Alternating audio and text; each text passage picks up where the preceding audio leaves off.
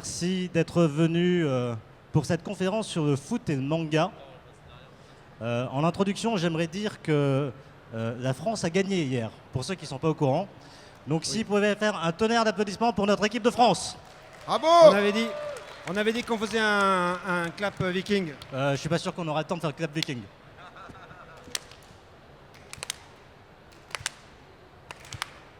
Oh! Ouais. C'est parti. Bien, alors je me présente, je suis Pierre Serry, je suis patron des éditions Kotoji, donc je vais animer cette conférence autour du foot et du manga. Alors autour de la table, j'ai d'abord à ma gauche donc Damien Chazal, si tu peux te présenter. Bonjour à tous, donc je suis Damien alias D, donc l'un des auteurs du manga Head Trick, manga dont le thème on va dire est le football, mais c'est plus un prétexte pour une grande aventure. Voilà, donc j'ai également une autre casquette qui est celle d'éditeur parce qu'on a un manga auto-édité. Voilà, donc j'aurai l'occasion d'essayer de partager mon expérience avec vous. Merci. Edmond Touriol, à ma droite, si tu peux te présenter aussi. Oui, je peux le faire. J'ai pas l'habitude des bouteilles d'eau. D'ordinaire, je bois autre chose. Mais là, comme il fait chaud, j'ai promis à ma femme de boire de l'eau. Non, c'est pas vrai. Bien. Alors, je dirige le studio MACMA, qui est un studio de création de bande dessinée. Dans ce studio, on fait tout ce qui existe, dessin, enfin scénario, dessin, couleur, lettrage, etc. En tant qu'auteur, je suis également scénariste, d'une part, et traducteur de comics américains. Si vous lisez Walking Dead, par exemple, eh bien, j'en suis le traducteur. Et en tant que scénariste, je suis l'auteur de plusieurs bandes dessinées, comics et mangas. Là, spécifiquement, je vais parler de mon manga de football qui s'appelle L'équipe Z, qui est sorti cette année chez Kotoji, justement. Et enfin, donc Nicolas Ducot, des éditions Kana. Bonjour à tous, je suis le directeur marketing et commercial des éditions Kana. Je vous invite évidemment à venir nous voir sur notre stand dans le hall 5. Pourquoi je suis là? Parce que chez Kana, on a édité pas mal de mangas de sport, notamment un certain Slam Dunk de Takehiko Inoue sur le basketball, et plus particulièrement sur cette conférence, Angel Voice qui est sorti donc, il y a quelques années et qui donc, continue sa route chez nous. Merci. Alors Nicolas, du coup, on va commencer par toi.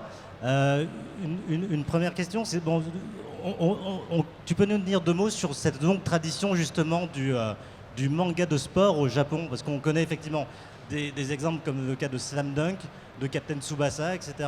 Toi, ta vision d'éditeur, parce que c'est un marché absolument immense.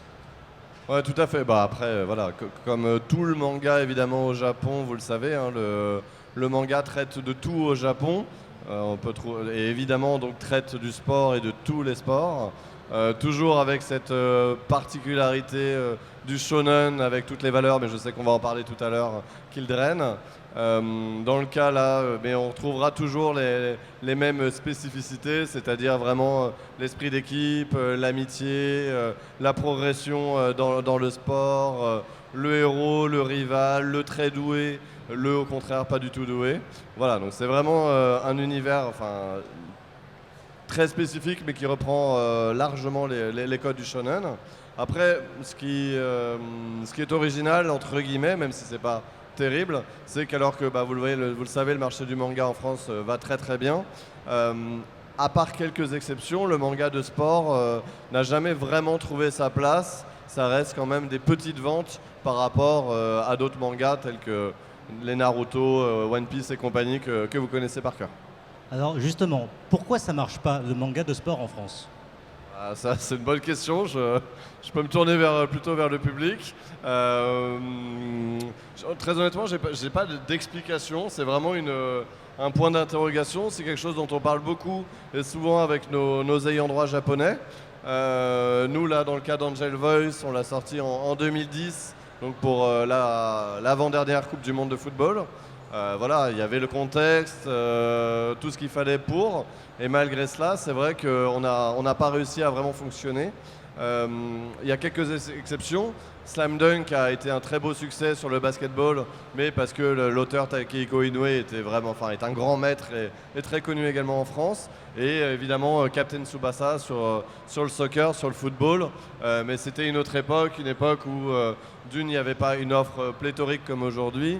Et le dessin animé, évidemment, Captain Olive et Tom, qui a été un énorme carton pour les gens de ma génération.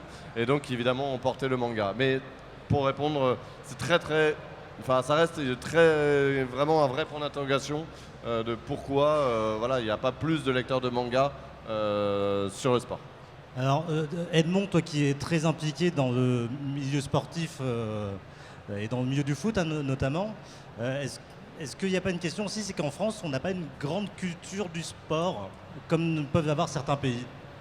Alors, c'est pas tout à fait exact de dire ça. Je suis convaincu qu'en France, on a une grande culture du sport, puisque d'ailleurs, c'est quand même un Français qui a réinventé les Jeux Olympiques. C'est un Français qui a inventé la Coupe du Monde. C'est un Français qui a inventé le championnat d'Europe des nations de football. Les Français sont très impliqués dans le sport. En revanche, il y a une dichotomie qui est réelle dans notre société. C'est que c'est très difficile d'aimer à la fois le sport et à la fois la culture, entre guillemets, la culture notamment les livres et pourquoi pas aussi les mangas.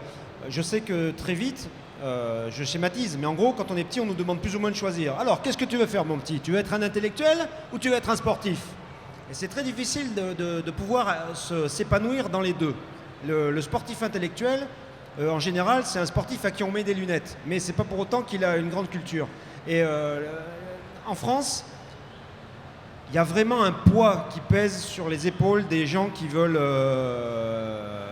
à la fois lire des livres, à la fois faire du sport. Moi, en tant que grand amateur de football, je suis régulièrement raillé par le milieu de la culture, parce que le foot, c'est pour les beaufs. Et oui. Et donc, moi qui adore le foot, c'est difficile d'entendre ça, parce que bien sûr que non, le foot, c'est pour tout le monde. C'est pour les beaufs, mais c'est pour les intellos, c'est pour n'importe qui, c'est même pour les filles, c'est pour tout le monde. Il n'y a pas de barrière au niveau du foot, comme au niveau du sport.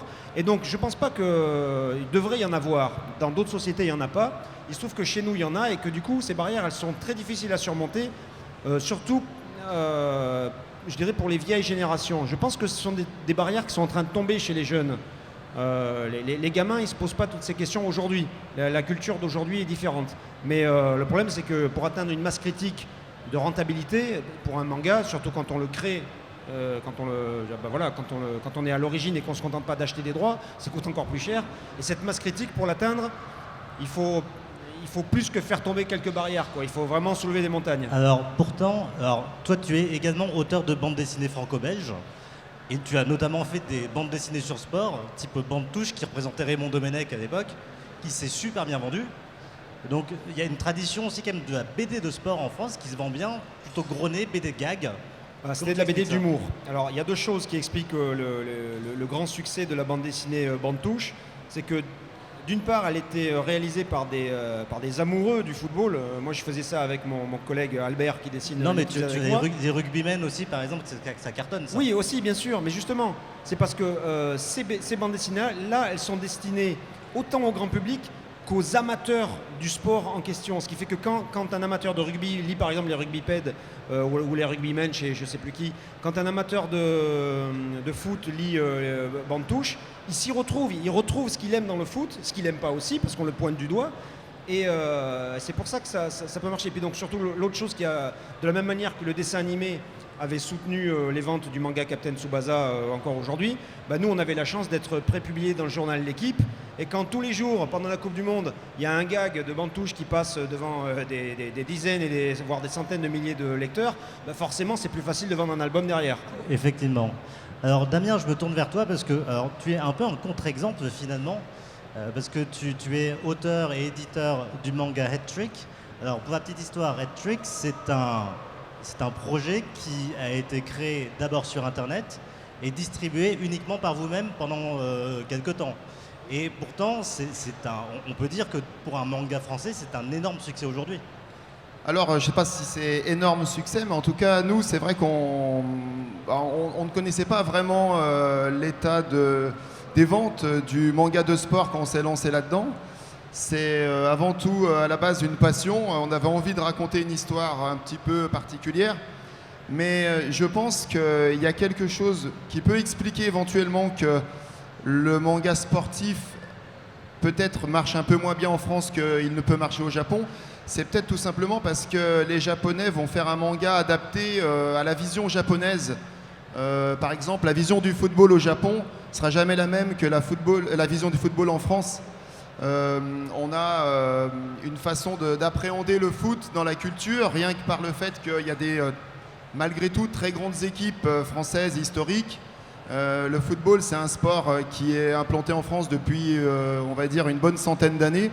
Et au Japon, c'est quelque chose qui est arrivé finalement sur le tard par rapport à la France. Et donc, on a peut-être la manière de faire le manga sur le football au Japon ne va peut-être pas parler au public français. C'est peut-être quelque chose qui peut expliquer ça. J'en ai pas vraiment d'idée, mais avec Ettrick, c'est vrai que nous, on a choisi l'optique vraiment aventure et humour. Ce que disait, donc c'est Ed, c'est ça? C'est assez marrant parce qu'en fait, notre pseudo, c'est un nom d'auteur dédié au foot, quoi, en fait. Et donc, voilà, je pense que je sais plus où j'en étais. J'ai perdu du coup mon fil.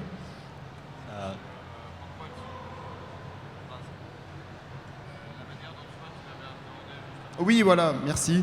On voit que l'édition Kana est quand même plus sérieux, il suit mieux. Et ouais, voilà, nous on a choisi un angle, on va dire, très humoristique et aventure en fait. On a voulu mettre en scène tout ce qui se passe autour du foot. On s'est dit le foot c'est quelque chose qui est avant tout une aventure humaine. Et donc il y a les personnages qui vont interagir entre eux, qui vont être... qui vont avoir forcément des conflits, des relations un peu tumultueuses. Et on s'est amusé avec tout ce qui se passe autour du foot. Donc Ettrick, c'est pas vraiment l'histoire d'une équipe de foot comme on peut le voir dans les mangas de sport traditionnels. C'est vraiment l'histoire de l'aventure humaine d'une équipe de foot malmenée, on va dire, par le scénario, parce qu'on essaie de s'amuser un peu avec ça, quoi. Alors, la première fois que j'ai lu Ettrick, la première chose qui m'est venue à l'esprit, c'était un épisode du collège Foufoufou où les joyeux loufoques, pour ceux qui connaissent, jouaient un match de foot complètement loufoque. Alors, est-ce que c'était votre inspiration là-dessus? Le collège Foufoufou, bon, la génération là, on a tous connu. La génération en dessous, peut-être un peu moins, mais je ne sais pas si ça fait partie des sources d'inspiration, mais c'est ce qui fait que le manga est beau et intéressant. C'est qu'on peut se permettre vraiment toutes sortes de choses. On peut aller très loin dans l'imagination, on peut aller très loin dans la dérision, dans l'humour. Moi, je ne vois pas le manga autrement que comme un défouloir, quelque chose où on peut vraiment s'éclater, mettre en place des personnages, aller creuser très profond. On a énormément de pages pour se permettre pour pouvoir se permettre de à peu près tout ce qu'on veut. On peut faire tous les effets spéciaux du monde avec 3 coups de crayon. On peut raconter, on peut passer 1 ou 2 volumes sur l'histoire d'un seul personnage. Donc le fait que ça soit finalement l'inspiration collège Foufoufou, mais on peut se permettre des tonnes de choses et je pense que le manga doit servir à ça, quoi. Alors, un autre point, alors je me retourne vers Nicolas. Je dois te confier un truc, c'est que Angel Voice, c'est une de mes séries préférées. Donc on Moi doit aussi, être, j'adore, c'est c'est même mon manga de foot préféré. C'est ce qu'on disait avec Edmond hier. En fait, il y a 2 personnes en France qui achètent ton manga, c'est nous 2. Merci. Ils sont plus nombreux quand même. Ah bah voilà. Mais alors du coup, Angel Voice, c'est typiquement le schéma du manga de sport entre guillemets classique où on a où on véhicule les valeurs du sport. Là, Angel Voice, c'est une bande de gars, de délinquants en gros, qui trouvent la rédemption par le sport et par le foot. Mais c'est un schéma qu'on retrouve très fréquemment dans le manga sportif, hein, je me trompe pas. Ouais, voilà, t'as tout dit. Hein, quand tu démarres Angel Voice, le foot est très très secondaire. Finalement, c'est plutôt limite. T'as l'impression de débuter GTO, C'est-à-dire, tu as vraiment les bad boys et compagnie qui sont dans le lycée avec les guéguerres de qui est le plus fort et compagnie. Il y a les 4 plus grands bagarreurs, entre guillemets, de différents collèges des alentours qui se retrouvent dans le même lycée. Un club de foot qui est complètement laissé à l'abandon, qui sert plus pour fumer des clopes et foutre le bordel en gros dans le lycée qu'autre chose. Et le club est donc laissé à l'abandon, prêt à disparaître. Et il y a un entraîneur de foot qui est là, qui arrive, qui est un nouveau prof et qui dit non, on va faire quelque chose. Et donc il va réussir à intégrer justement ces 4 bagarreurs pour utiliser entre guillemets leurs talents respectifs pour monter une équipe. Et on est vraiment après, voilà, c'est encore une fois ce que je disais tout à l'heure, dans les valeurs du shonen, puisque c'est vraiment l'esprit d'équipe, l'esprit collectif, le dépassement de soi, la progression. Tout ça, c'est vraiment, c'est marrant parce qu'il est vraiment splitté en deux, parce qu'après on rentre vraiment dans le foot, et là on rentre plus dans, et c'est ce que j'ai trouvé génial dans Angel Voice, le côté Captain Tsubasa avec le numéro 10 qui est génial, qui voit tout mieux que les autres, le gardien de but, voilà, chacun évidemment développe ses particularités à son poste bien spécifique, et évidemment avec toute la dramaturgie de l'héroïne entre guillemets qui est gravement malade, et donc toute l'équipe va essayer de se dépasser pour elle, d'où le titre Angel Voice, qui fait référence directement justement à l'héroïne. Voilà, c'est vraiment le shonen allié au service du football. Et c'est vraiment, moi j'adore ce titre aussi. Donc on est 3 à l'avoir. Mais parce que aujourd'hui, notamment en France, quand on parle de football en masse dans les médias, quand il n'y a pas d'euro qui se passe en France, c'est qu'on parle d'histoires de sextape, de chantage, de prostituées. Mais non, regarde, on parle de la victoire contre l'Allemagne et on dit qu'on est en finale. Voilà de quoi on parle. Non, mais je dis quand il n'y a pas d'euro de football en France. Mais toi Edmond, justement, en tant que scénariste de l'équipe Z, c'est un manga qui a un message social derrière. Oui, alors il y a un message social dans le manga L'équipe Z parce que je suis fondamentalement, je dirais, un gars d'extrême gauche. N'ayons pas peur des mots, parce qu'aujourd'hui, il y a beaucoup de gens qui sont persuadés d'être à gauche alors qu'ils votent socialiste. Non, moi je vote toujours le plus à gauche possible. Et c'est très important. Non, mais c'est très important pour moi que dans les histoires que je raconte, on tende la main vers les gens qui sont dans le besoin, en gros, tout le monde ne naît pas avec une cuillère en argent dans la bouche, en particulier dans le football. Le football, ce qui est de magique avec le foot, c'est que le football laisse sa chance à tout le monde. Autant les études, c'est quand même beaucoup plus simple si tu es né dans la bonne famille et que tu as les parents qui peuvent te payer les bonnes études. Le foot, non, il faut t'arracher sur le terrain, il faut mouiller le maillot, il faut se bouger le cul, quoi. Et ça, aussi bien le fils à papa que le gars des quartiers, il peut y arriver. Et donc, moi, ce que je voulais dire, c'est que justement, l'équipe Z, c'était pas juste des individualités, c'était donc des personnages qui avaient donc chacun leurs caractéristiques, mais ils étaient tous ces personnages moins bons que les personnages des équipes, justement de l'équipe A, de l'équipe B, de l'équipe C. Et il y a un entraîneur qui arrive et qui dit non, moi les gars, moi je vais prendre tous les laissés pour compte et je vais faire l'équipe Z. Et cette équipe, ça va être la preuve qu'avec la solidarité, en se serrant les coudes et en se donnant la main, on peut réussir à bouger des montagnes, comme je disais l'autre jour, tout à l'heure, la fatigue. Et donc, pour moi, le message, il est là. Il est que même le SDF, il y a un SDF dans l'histoire de l'équipe Z, même lui, il a sa chance, parce qu'à partir du moment où les autres lui tendent la main et lui disent viens avec nous, tu vas voir, on va se bouger, et avec toi, on va faire quelque chose, tout le monde peut réussir. Et je pense que c'est important de donner ce message-là aux gamins qui vont lire le manga. Alors, Damien, par contre, si je peux me permettre, dans Head Trick, il y a un petit côté tous les coups sont permis. Ouais, bon alors nous on a choisi, mais ce que dit Edmond est assez, moi je trouve assez juste, parce que même dans Head Trick où on a quelque chose, bon c'est un peu plus, disons l'aspect humanitaire est moins mis en avant, beaucoup moins. C'est plus un délire en quelque sorte, mais la valeur du sport est présente aussi parce que le sport, c'est quelque chose d'assez... ça oblige. Dans Hat-Trick, justement, les joueurs, à la base, c'est des gens qui sont, on va dire, assez... la plupart des joueurs, c'est vraiment des gens assez égoïstes. D'ailleurs, la plupart ne connaissent même pas le football à la base. Et ils vont être obligés d'apprendre à se serrer les coudes. Ils vont être obligés d'apprendre que pour arriver à faire un bon match, il faut s'entendre, il faut pouvoir échanger. Et toutes ces valeurs que tu soulignais, je pense qu'elles sont de toute façon communes à tous les sports. Et c'est pour ça que les parents, bien souvent, essaient de mettre leurs enfants au sport, parce que ça véhicule des valeurs qui sont extrêmement importantes, mais qui servent dans la vie de tous les jours. Moi, je suis issu d'une famille de sportifs. Moi, c'est le cyclisme, mais les notions de dépassement de soi, d'entraide, de tout ça. Dans tous les sports, on connaît ça en fait. Et je pense que c'est ce qui fait que le sport est finalement si beau. C'est déjà l'indécision hier quand on regarde France-Allemagne. Qu'est-ce qui tient en haleine? On ne sait pas ce qui va se passer. On n'a pas la fin du film en fait. Et le sport, c'est ça qui fait toute la beauté. C'est l'incertitude, la notion de celui qui en veut le plus aussi, parce que c'est pas forcément le meilleur qui gagne. Des fois c'est celui qui était le plus motivé en fait.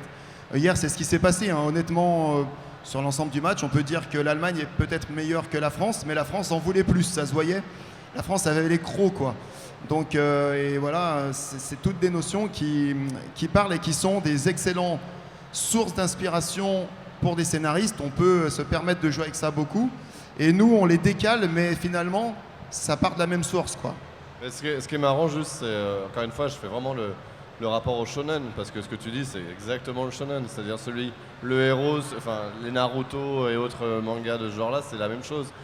Généralement, le héros, c'est le moins fort, c'est le moins bon. Par contre, c'est celui qui en veut le plus. Juste vraiment, voilà, il va aller au bout du bout, et donc il va généralement battre, entre guillemets, son rival, qui est naturellement meilleur, plus fort et compagnie. C'est vraiment, enfin, c'est en ça où ça correspond parfaitement bien. Ce que tu dis, c'est ce qui se passe en vrai quand on voit un joueur comme Griezmann. C'est un joueur qui a été refoulé dans plein de, je ne sais pas si vous le savez, dans plein de centres de formation. Donc moi, je suis originaire de la région de Saint-Étienne, donc il est passé par Saint-Étienne. Les recruteurs, ils l'ont laissé passer en disant oh, il n'est pas assez bon, il est trop petit, et aujourd'hui, c'est cette notion, et c'est ce qui parle aux gens aussi, le fait que par la volonté, on peut beaucoup de choses, mais c'est une réalité en fait. Alors Nicolas, toujours sur ces histoires de valeurs, alors toi en tant que grand éditeur, enfin travaillant pour un grand éditeur de manga en Europe, est-ce qu'on te propose des shonen sportifs, mais qui sont en dehors de ce cadre-là, vraiment de ces shonen classiques où on véhicule des valeurs du sport, ou dans un contexte un peu plus, je sais pas, pourri ou... Honnêtement, non. Généralement, ça répond quand même beaucoup à ces codes. Enfin, voilà, encore une fois, quand tu regardes si tu relis Captain Tsubasa et Angel Voice, à part le côté bad boy d'Angel Voice, mais le fond, il reste quand même très très similaire. Ça répond, enfin, en tout cas, tous ceux, moi, j'ai eu l'occasion de lire, répondent vraiment à des codes. Enfin voilà, c'est aussi le manga justement shonen entre guillemets, mainstream, qui répond quand même à des codes bien établis, avec la progression de meilleur en meilleur, des adversaires pareils qui sont de plus en plus forts. Enfin voilà, on est quand même toujours sur ces mêmes codes. Après il y a si, alors je pense à un autre, par exemple un reel qu'on édite chez Kana également. C'est vrai. Et voilà, de Takehiko Inoue également, est vraiment quelque chose de spécial pour le coup, parce que c'est du handi basketball.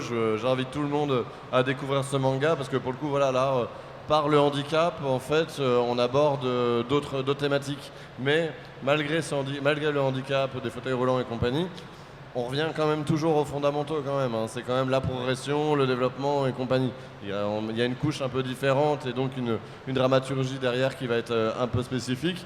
Mais malgré ça, voilà, encore une fois, les codes restent les mêmes. Et en même temps, entre guillemets, c'est ce qu'on attend. Enfin, et surtout sur le sport, je reviens sur ce que tu disais. C'est pareil, en effet, c'est le côté entre guillemets incertitude, motivation et compagnie qui fait que tu vas au bout. Et le manga, c'est un peu, enfin, sur le sport et le shonen de manière générale, c'est un peu la même chose. T'as envie d'avancer parce que voilà, ça prend au trip, tout simplement, quoi. Alors, du coup, c'est vrai que dans cette structure du shonen sportif avec la progression des personnages, en général, c'est des titres qui se font quand même sur une certaine durée parce qu'il faut le temps d'installer ces personnages. Alors, toi, Edmond, avec l'équipe Z, tu as prévu un premier cycle, on va dire, de 3 tomes. Donc, en termes d'écriture, comment est-ce que tu fais pour utiliser ces codes de l'évolution de tes personnages sur une période, enfin, sur 3 petits tomes?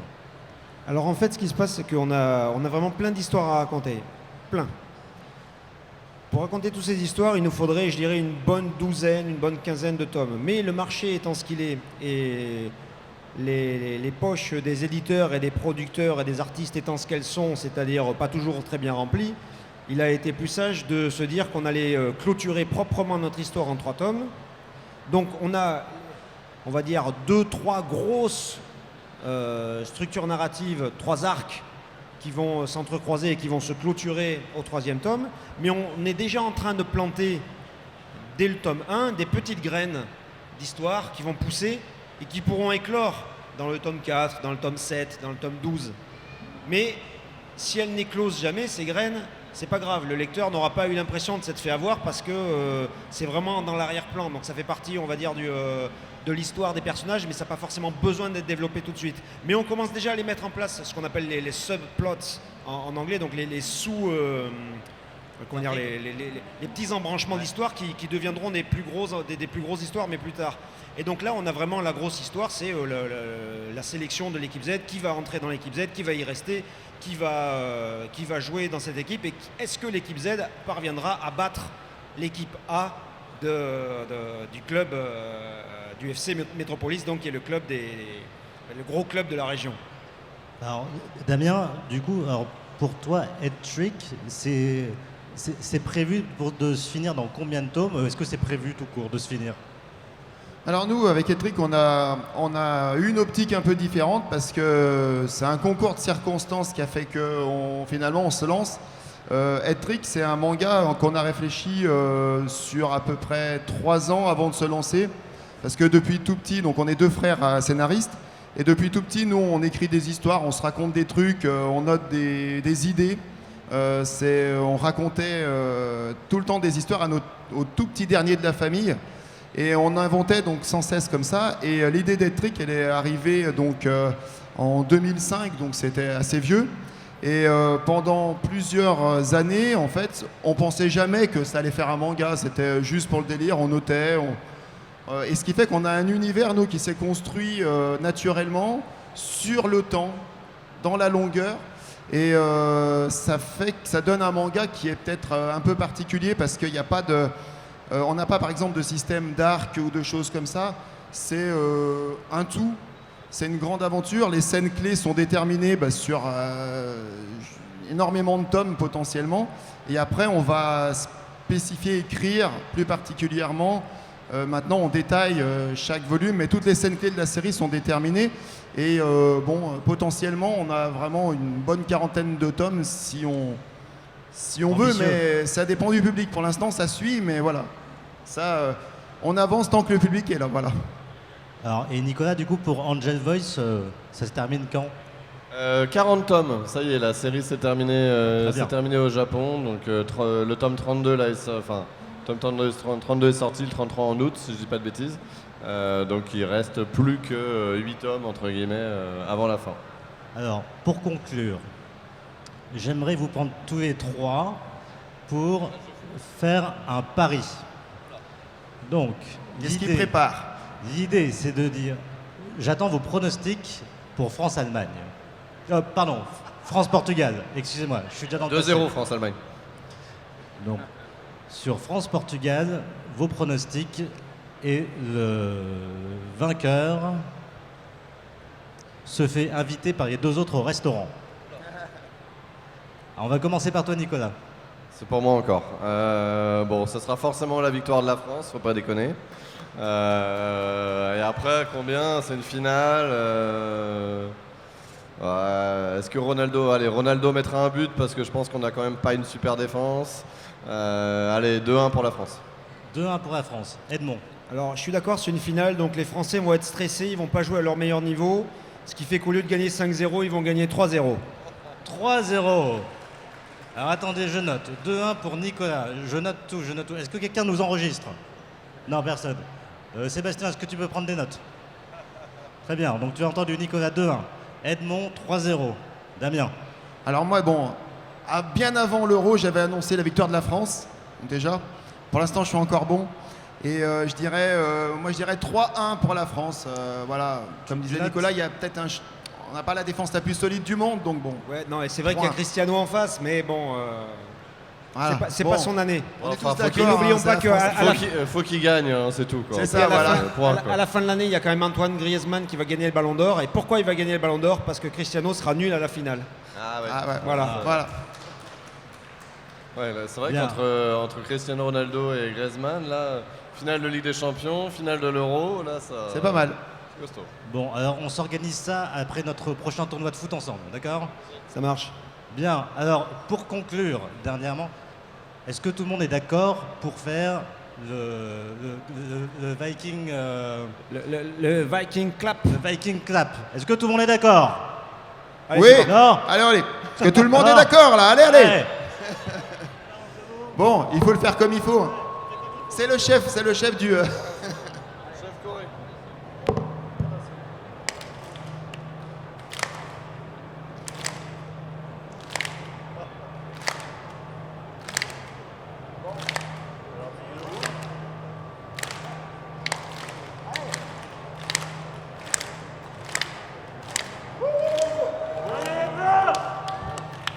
Et avant de vous quitter, je vous invite sur le stand des éditions Kotoji à venir découvrir le manga de l'équipe Z.